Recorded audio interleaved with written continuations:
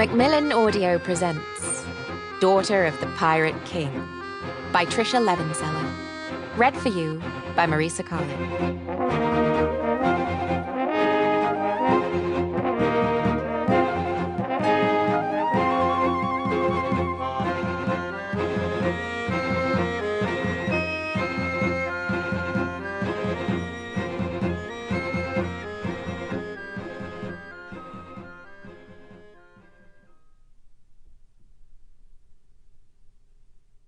Let us not, dear friends, forget our dear friends the cuttlefish.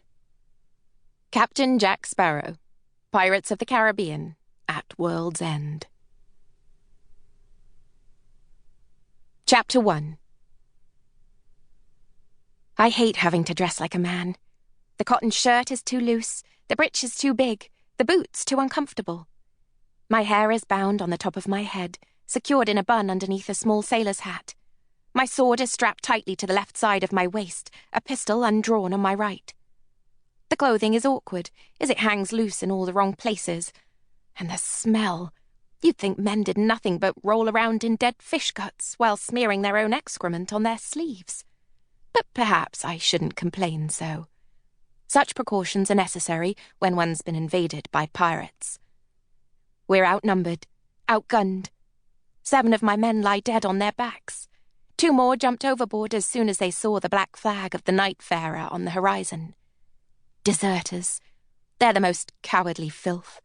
They deserve whatever fate comes to them. Whether they tire and drown or get claimed by the sea life. Steel twangs through the air. The ship rocks from the blasts of cannons. We cannot hold out much longer. 2 more down, Captain! Manzi, my temporary first mate, says, from where she peeks through the trapdoor. I should be up there, shoving steel between ribs, I say, not hiding like some helpless whelp. A little patience, she reminds me. If we're to survive this, you need to stay put. Survive? I ask, offended. Let me rephrase. If we're to succeed, you really shouldn't be seen performing impressive feats with the sword. But maybe if I just killed a few of them, I say more to myself. You know we can't risk that, she says. Then she adds abruptly, More men have boarded the ship. I think they're headed this way. Finally. Give the order to surrender. Aye, Captain. She ascends the rest of the steps leading to the deck. And don't get yourself killed, I hiss after her. She nods before travelling through the trapdoor. Don't get killed, I say again in my head. Manzi is one of only 3 I trust on this ship. She's a good gal, very bright, optimistic, and a good voice of reason, which I desperately needed during our voyage. She volunteered to come, along with 2 other girls from my real crew. I shouldn't have allowed them to join me, but I needed their help keeping these worthless men in line. Life these last few weeks would have been so much easier if I could have had my crew on this venture. Lay down your arms! I can barely make out her cry through the sounds of fighting. But then things calm down. Cutlasses clatter to the wooden deck almost instantly. The men currently under my command had to be expecting the order, praying for it even. If I did not order the surrender, perhaps they would have given up on their own. By no means does this crew consist of the bravest bunch. I climb the stairs, lying in wait just below decks, staying out of sight. I'm to play the part of the harmless cabin boy.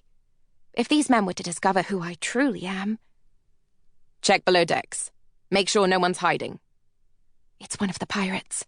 I can't see him from where I hide, but if he's giving orders, he's either the first mate or the captain. I tense, even though I know exactly what comes next. The trapdoor lifts, and a hideous face comes into view, complete with a foul, scraggly beard, yellow teeth, and a broken nose. Meaty arms grasp me roughly, hoisting me off the ladder and tossing me onto the deck. It's a miracle that my hat stays on. Line them up. I stand as my weapons are removed by the ugly pirate. Then his foot jams into my back as he forces me to my knees, along with the rest of the men. I look down the line and relax as I see Manzi, Surinder and Zima.